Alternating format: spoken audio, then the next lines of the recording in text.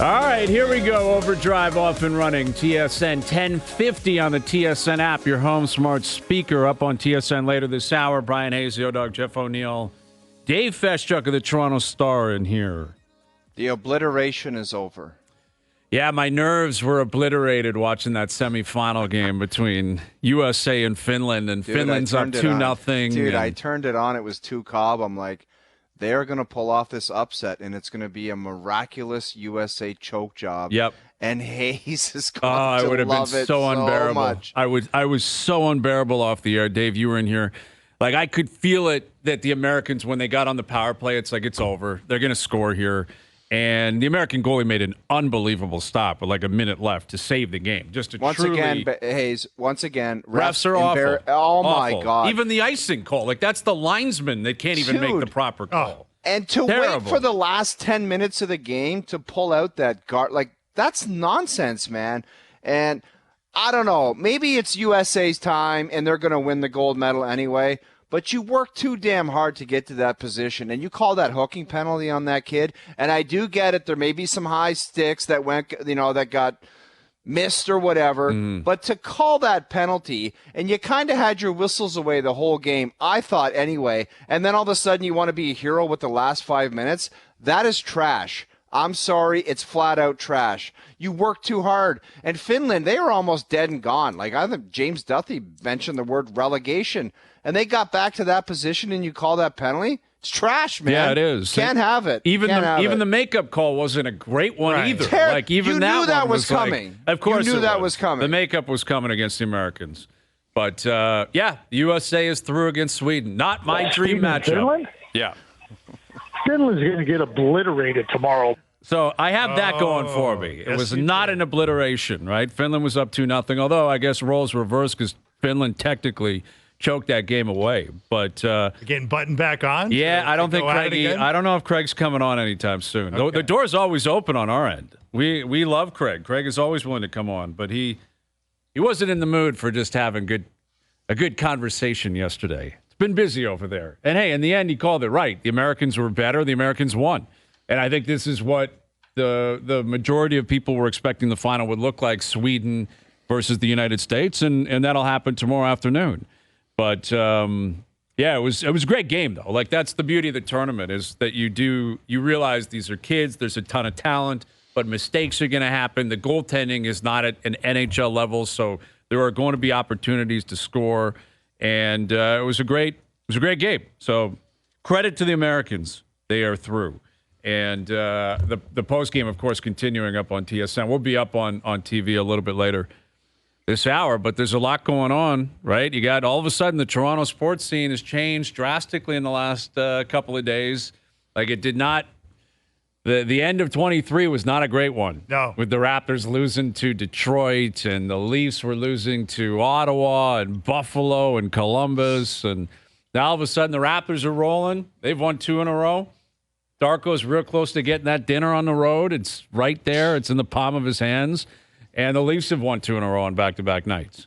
I got to say one thing. The Anaheim Ducks are all bent out of shape because there was a headline in a print here in Toronto that said they beat a no-name goalie. And the Anaheim Ducks tweeted out, "Be better." Okay, it might have been an ignorant thing to say, but I'm just warning every other city around the league. When you come out with the comments about the Leafs choking or anything about the Leafs fan base, I'm just going to write you and say, be better.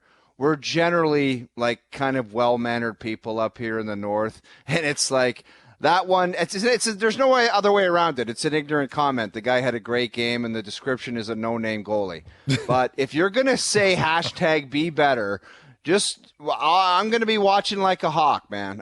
Like I said, ignorant comment, but when you go after Toronto fans or the team and say they're chokers or they're pieces of whatever you say, I'm going to come at you and say just be better. Can't make those comments. Well, and it was the Toronto Sun that posted it online. Now, this is what kind of amazes me about the idea that the Ducks and their social media would jump on board with this. We got to remember, because we come up with these social media conversations all the time. This is not Greg Cronin on Twitter doing this. This is not Pat Verbeek. No. This is someone that's 24 years old, just out of school, an intern that is running the account. Yeah.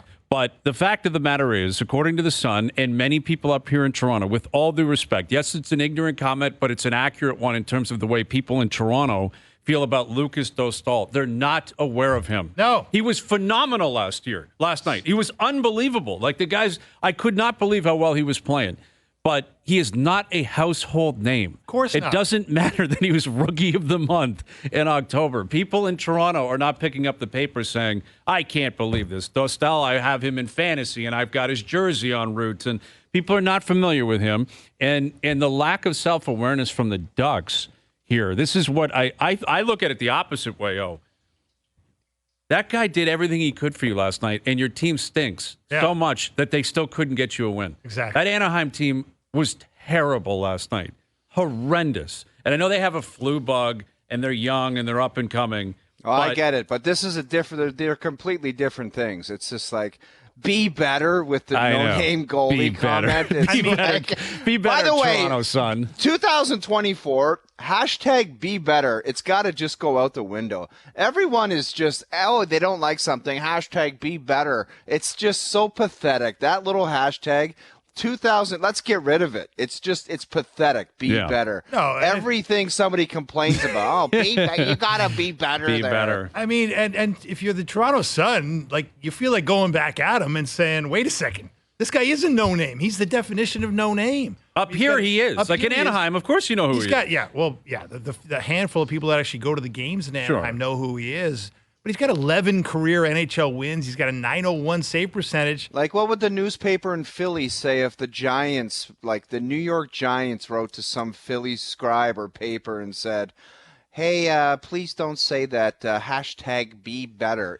They would just drive there and there'd be a fist fight. Right. Come on. And we're in the world of clicks. This is actually great for the Toronto Sun. They're thank you very much for directing people to our website so that people can check out what we're talking about. And again, the nature of a local newspaper is not to worry about how people in Anaheim feel. No. And conversely, I would say the opposite. If the Orange County Express or whatever the hell it's called wrote something like that about, guess what? I'll bet you could go back over what was written about the Ohtani sweepstakes, and I guarantee you at some point someone there said, is Toronto serious? Do you really think Ohtani's coming there? No one took offense to that up here. No, there was no Orange County Express hashtag be better. Well, actually, we should. Was there? Hang on. We should be a little self-critical here, because when John Heyman made that comment about how it's better for the game that he's not going to Toronto, it's better for the game that he's with the Dodgers. Mm-hmm. There were people in Toronto that took offense. Very offended by that. Took offense to that. Yes, I am not one of them. I don't believe O is one of them. I don't think you are, Dave. I'm but not. I understand. You're right. And people get bent out of shape because it's their guys and all that kind of stuff. But I guess that actually is hammering home the point that the Toronto Sun or people in Toronto should not be concerned. I'm sure if you looked at Twitter last night, it had to be a unanimous approach to Dostal and how well he was playing. Oh, yeah. The guy was a stonewall killer last night. The guy was unbelievable. And obviously the Leafs deserved to win. Clearly, they thoroughly outplayed Anaheim last night. But Dostal made it a game. And the reason they got a point was because he stood on his head. Mm-hmm. And they almost goalied the Leafs. They almost that did. guy almost goalied the Leafs. And the big boys came through at the end. Yeah, that's right. Tavares scores late. Matthews with a beauty in overtime. And, the Leafs, they're lucky they got that win because they would not have been granted the benefit of the doubt of being goalied because of how bad they've played against bad teams in the past. Yes. Right? Mm-hmm. When you use so many bullets against Chicago and Buffalo and Columbus, it's no one's going to wake up the next day and say, Dostal got you. They're going to say, of course, Anaheim got you. Same old Leafs. So I think they actually saved themselves, the Maple Leafs, on this front, a lot of grief and a lot of, possible questioning about, are you for real? What are you doing? How do you do what you did last night in L.A. and then carry it up last night? And maybe they would have missed today off, too. Sheldon Keefe's been known to – I was on a trip with him in the West Coast a few years back where he didn't give him a day off the entire trip in California. Right. When they had multiple days off.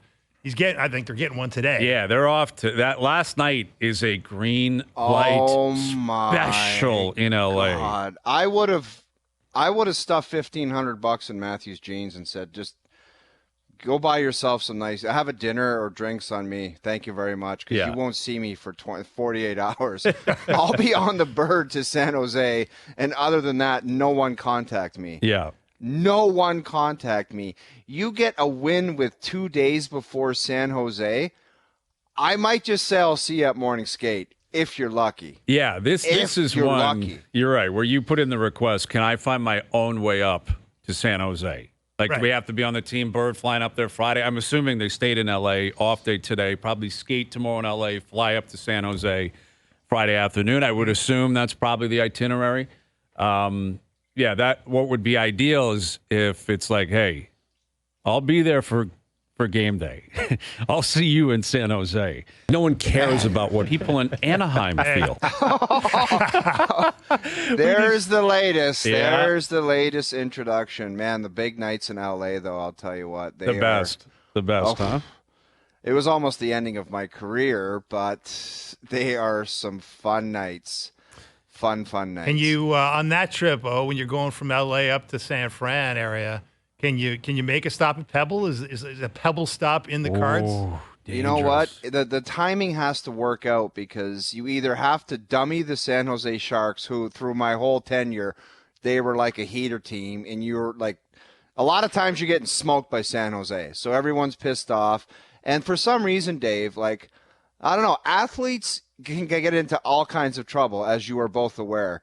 But if the sight of golf shorts or a putter or like a golf shirt, it's like, I don't know how much that guy doesn't care as much as everyone else. He might be thinking about golfing. It was like this weird thing where the stars had to align and it had to be this planned thing for golf on the road to be acceptable. Right. If not, you were this rebel who just all they cared about was golf and didn't care about the 2 points enough. I can remember going to practice all the time, sending notes to the guys I was golfing with.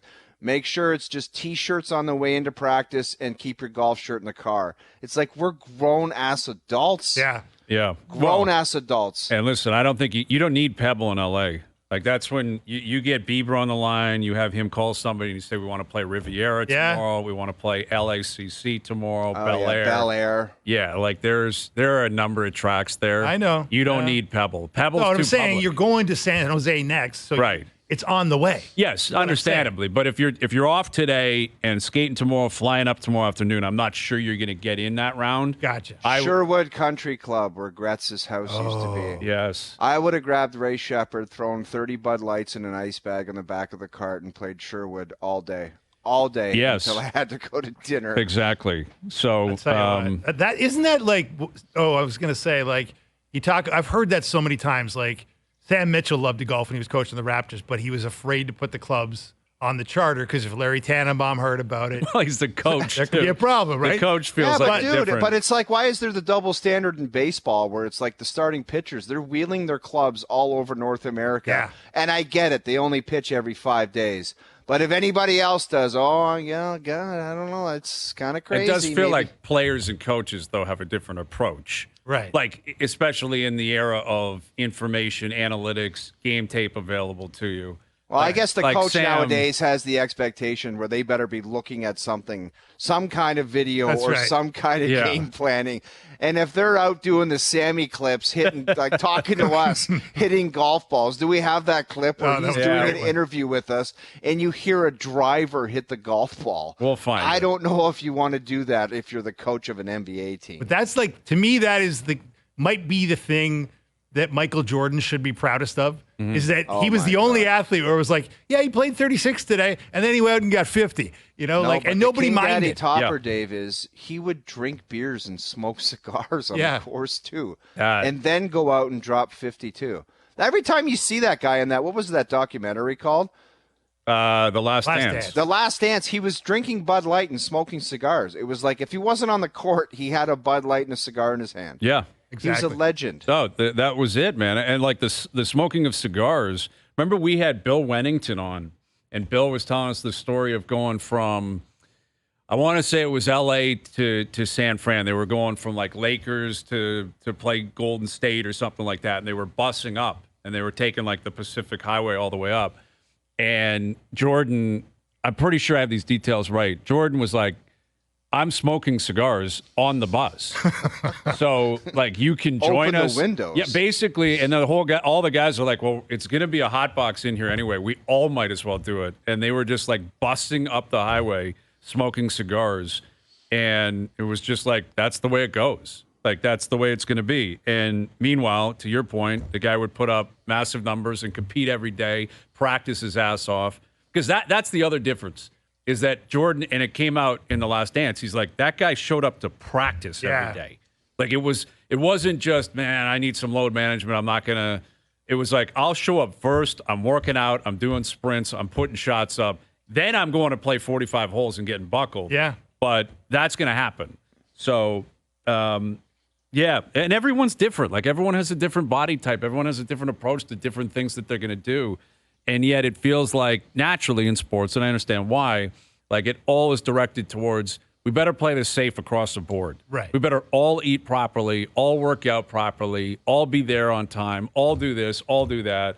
Meanwhile, there's some modern athletes that could 100% do it all. I think he does it in a malicious way. I just think he's having fun, guys. There's Sammy. That's Sam talking to us with a driver swing in between comments. Sounded like you flushed it, too. He did hit that thing square on the nose. Let's hear Sammy again, mid-interview. I think he does it in a malicious way. I just think he's having fun, guys. That thing is a 275-yard butter codge or a draw. Mid-interview. Sam can play, man. Sam's good. I've seen him play. He's got a nice swing. Yeah, he took the corner on a dog leg there and absolutely teed off. I think he does it in a malicious way. I just think he's having fun, guys. How it was a good shot is that he kept going with his answer and was totally like he didn't lose his composure. Oh, yeah. If there was a garbage one that went in the woods, he would have went, oh, man. We've heard Sam cooking dinner, eating a steak, playing golf. Sammy will do it all. He gets up to all kinds of crazy stuff. But, listen, it was a good trip in L.A., and I'll give credit to Sheldon Keefe and company for going to Martin Jones twice. And ultimately credit to the player on top of it all. Like Jones, he wasn't tested much last night, but he gave up 1 goal in 2 games in 24 hours. Hazy, Jones went in, he played well, he got the win.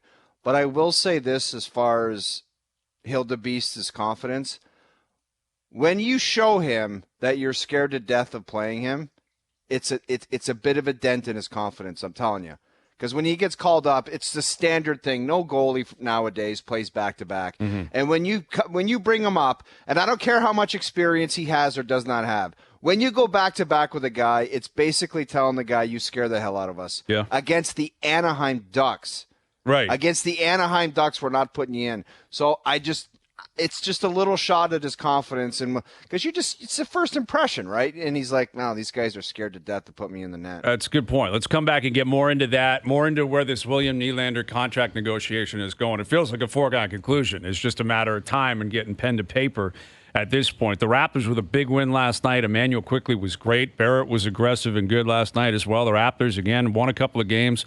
They're on the road in Sacramento. Jay Triano coming up in a couple of hours. He's on the staff out there with the Kings. With the O-Dog, Jeff O'Neill, Dave Feschuk of the Star, and Bryan Hayes. Overdrive continues. TSN 1050 and on the TSN app. I don't know if you guys are guitar guys. What was way? that last night in Anaheim, man? What was that? There is something about an anthem that, and first of all, get rid of the anthems. That's enough.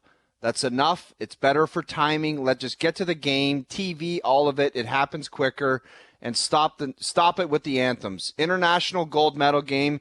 Play the anthem of the winner. Other than that, that's it. People are butchering them, and then people are trying to get creative. And Jimi Hendrix came out last night, and I love the react. And people are tweeting at me. They're like, that was a tribute to Jimi Hendrix. And I'm like, but for what? Yeah, exactly. And somebody had the nerve to write back, he's from Seattle. I'm like, really? So that was the tribute. Leafs Anaheim, a tribute to Jimi Hendrix from Seattle. No. Right. Yeah, that doesn't make sense to me. No, like if you did that at the Winter Classic, I could understand that. Maybe, yes. Yeah. But that guy went out there and he started scraping around on that guitar, and I started laughing because I love the reactions. Do you remember the Draymond Green reaction to Fergie at the All-Star game? When everybody was just like, this is awful. And when you get pro athletes that get an awful anthem, the Leafs reaction, the guys on the bench, I loved it because it's like you're getting serious, you're standing there, and then you hear Guitar Guy.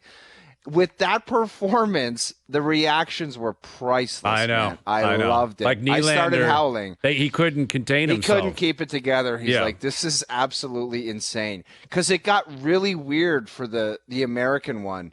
The Canadian one was goofy enough. And I mean, that guy could probably play the guitar. He's probably yeah. And hashtag I'll be better, Anaheim. But that was weird stuff, man. Yeah, I know. The anthem. Because the players don't know what's coming, right? Like you're not aware that Guitar Guy's coming out. Well, the guy wheels out there with the guitar. You're probably like, okay, there's going to be a mic coming, and this guy's going to sing the anthem with a guitar. And he did straight guitar. Mm-hmm.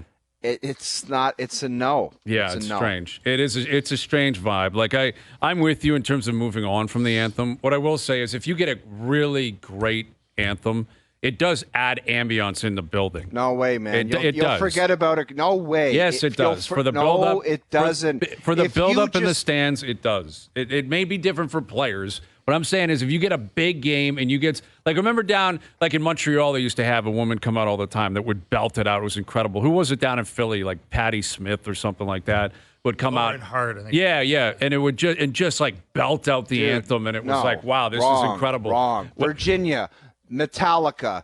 That is a mojo before a game, an ambiance, as you called it. Hey, it's not an anthem. You don't need it. I'm not saying you need it too many times. I'm not saying you need it. What I'm saying is it can supply something. Yeah. The Super Bowl early '90s. Remember Whitney Houston came out. It was one of the most incredible renditions we've ever seen. So you guys think the anthem can supply something? I do. I do believe it can. It can factor into the buildup. I'm patriotic. I love Canada. I love the States, whatever. But you just, I don't know. I don't think no way. And let me clarify it's not about patriotism, which again means technically they could almost, I guess, sing anything. But it is about collectively the crowd knows the lyrics, knows the song. If you get the right person singing it, and there's history behind it, for me, it can add something to the layer of the experience. Yeah. But it's way down the list of why you go to an arena or a sporting event, clearly. If they stopped singing the anthems, no one's going to stop showing up or buying tickets. I mean, clearly. Yeah, like to me, when I think about that Blackhawks run, when they won the 3 cups in 6 years with Taves and Kane, you be in that building in those, Stanley Cup final games, and that place, when they played the anthem, it was electric. Because they had a man that sang it all the time. I don't remember his name. Eliasson or something like that. And he'd come out, do the salute and everything. And then they built it up. They had the flag at the point where they mentioned the flag. The banner's still away, whatever the lyric is. They had the fan on it, and they would put the spotlight on it, and that place would just go nuts. And it was just like it was so American, right? Like I don't think we get that hyped up about Canada.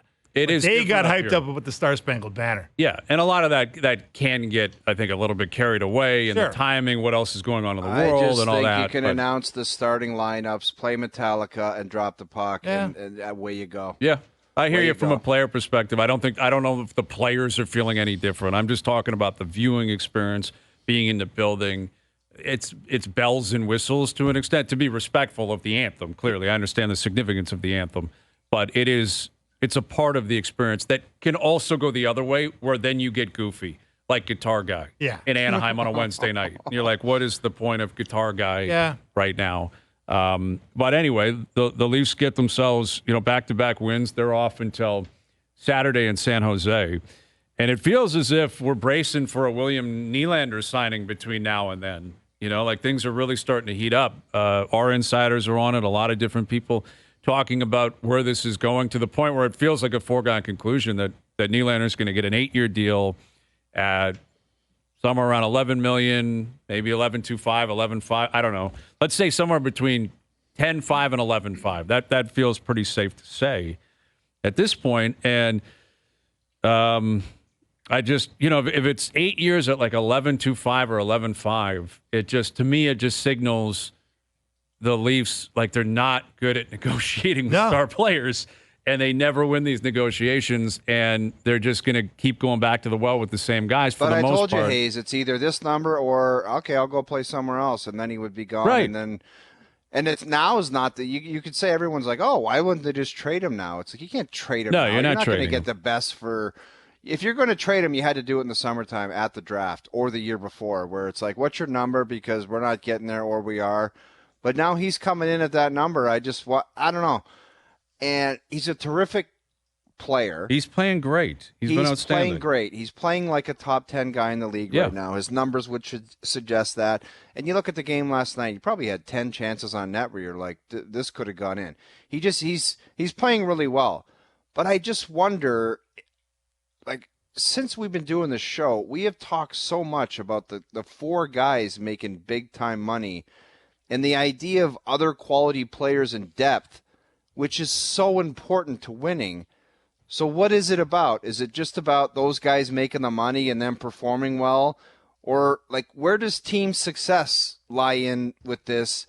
Because all we've been talking about and all the conversations when I go out, and people are like, why don't they get a defenseman? It's the same answer every time. They've got zero flexibility. Mm-hmm. So if flexibility was one element that was needed down the line, I just don't know how this creates it. I don't know. Unless it's going to be one of the other guys, right? Which we understand Tavares will be up after next year. That his numbers clearly going to drop significantly. But Marner's is not. Marner's at 10.9 million. He's going to want, I would guess, in the 12s or whatever it's going to be.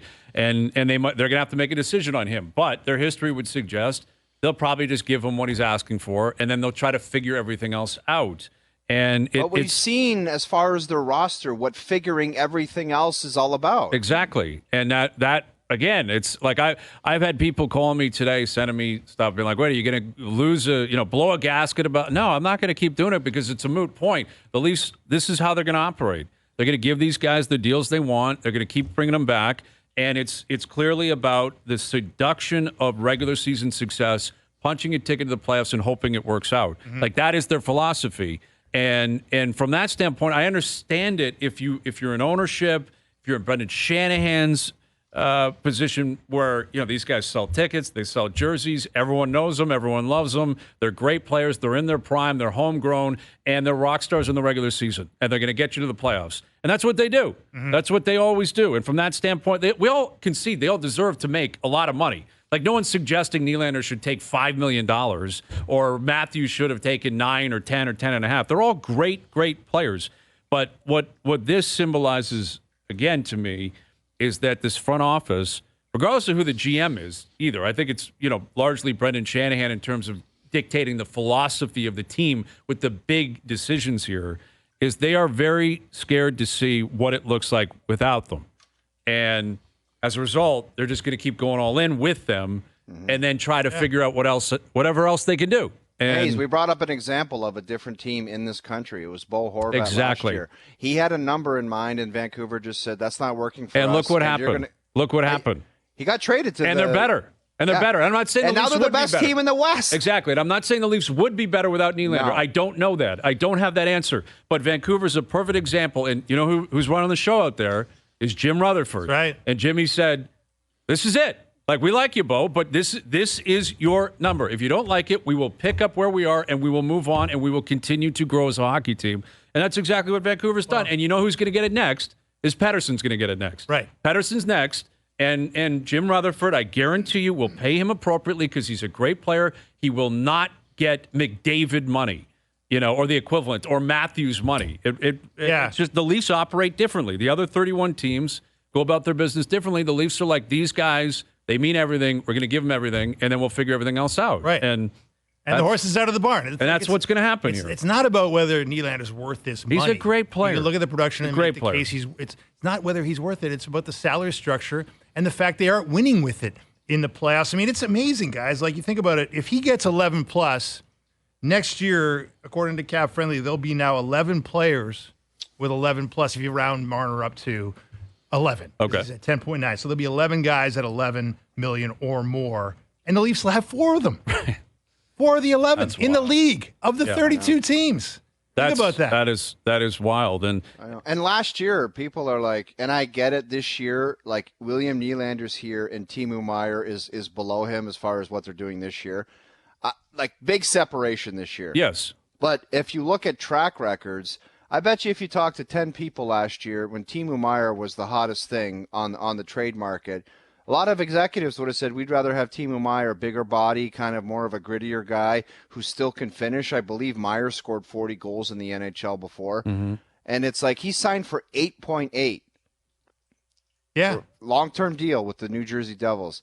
And now this one just comes in at 11.5 or 11.25. You just wonder, like, they keep getting that extra 2 or 3, and it's a big deal. Like it's a lot. That's the thing. It does, and I think that would be the frustration for a lot of fans. That putting the players aside, because it sucks that the league is a math equation. That's pro sports, and especially in the NHL because it's a hard salary with cap. the cap. It is any transaction. It doesn't say heart desire. It's what's the guy. Right, and that's what sucks because again, you don't want to see any player. You want to see William Nylander here. You want to see Zach Hyman here. You'd like to go back and see a number of guys that you could hold on to.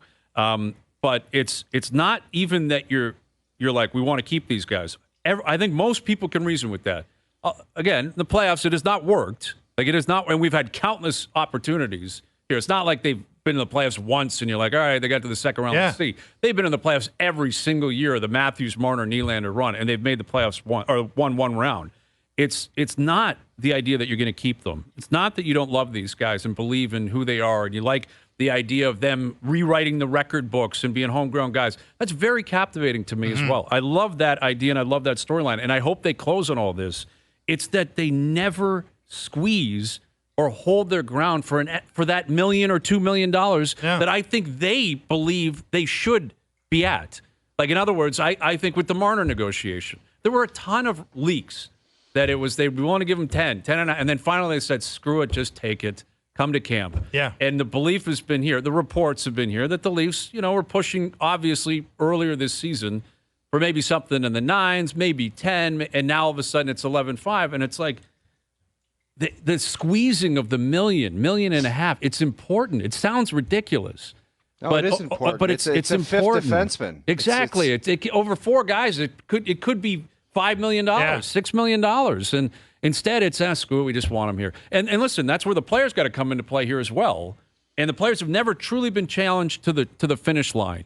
Like, you really love it here? Really? Okay, let's get to July 1st, and let's see if you really love it. It's always, they might leave. We better, and then the Leafs end up, and again, it's not there yet. We should clarify. They haven't signed it yet. Yeah, it's getting there, though. It's moving in that direction. But, we'll see what the numbers I remember talking to a GM who said, in this league, because of the point you make, Brian, that it is a math equation, you can have dressing room chemistry and you can have on-ice chemistry, but maybe the most important thing is financial chemistry. Like, you've got to make it work financially. And that's what's never happened here. Instead of these guys getting together, the top 4 or 5 guys on this team getting together and saying, what would we all have to do? What would each of us have to sacrifice for us to beat the Bruins and beat the Lightning and move on and go deep? Instead of that conversation ever taking place, and to my knowledge, it never has, it's always been about, my agent's going to get more money from me than your agent got for you. And they've always had 4 separate agents working essentially on ego trips and also obviously on commission trips because they're getting well paid. But it's essentially, you can bet, I would bet a lot of money, and I have not heard the details of this conversation, but knowing the details of many other negotiations that have gone on amongst this group, I guarantee you that there is a big point of contention on Nylander has to make more than anybody but Matthews. Dude, I would guarantee that. They're their own comparables. A lot of teams you go through.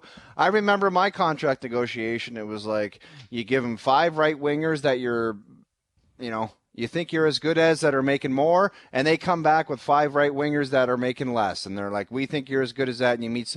They're their own comparables. They're not sniffing around the league saying that other guy in that other team. Timo Meier is not even existing as far as a comparable. No, it's not. It's not. They're looking at each other and saying, well, that guy got that, so don't even think about going anywhere else with it. Right. and that's the nature of the beast here, and I guess we'll see what happens in the future with the other guys and how they team build from here. But if and when this gets locked in, what is clear is like Matthews is here, Nylander's here, and we'll see what they do with the rest. We'll see what they do with Tavares in the future, with Marner in the future. But yeah, like Willie's going to get paid. He deserves to get paid. Like he's coming into this season, he was a top 30, 40 player in the league, and he's played consistently like one of the 10 or 12 best players in the league this year. He's been great. So, obviously. But it's also an outlier. It's an outlier in his career. He's on pace for 116 points. This is a guy who's never come close to that. Yeah, and that, again, you're paying him off an outlier. That's always been dangerous. It can be. Yep, it can be. But I don't dispute that there's, I don't think there's animosity between the players, but the contracts are what they are, and they all look at them, and they all know what each guy's getting paid. Terrific player, terrific kid. He loves hockey. He loves coming to the rink. But I just look, it's like, okay, now you put yourself in David Pastrnak comparison. And every game I watch David Pastrnak, he does not need to be told. And it's been okay. It's been good for William this year. He's been a stud. He hasn't needed that kick in the ass every month where the coach is like, we can't find this guy. He's nowhere to be found. He needs that boot in the ass. Yeah. So that better not happen moving forward, because that will drive me nuts. Yeah, I mean and the weird thing and nature of the marketplace and the fan base is that everyone's got their favorite player, and specifically, I find that the argument revolves around Marner versus Nylander. Yeah, Matthews is a separate entity, and Tavares is a bit of a separate entity. But it's like if Nylander struggles, it's like, well, what about Marner or Marner? And it's like if they're both going to be two of the 11 highest paid player in the league, there's no excuse for either of them to be anything but two of the 11 best players in the league. And it's our fault because we talk about it so much, but this is going to get done, and then we're just going to roll into what does Marner deserve and what's he going to ask for. And then it's going to be – I got people coming up to me already saying they better keep JT after this contract. I'm like, okay, well, they just gave him $80 million or close to it. Like, what do you mean you have to keep him in the fold?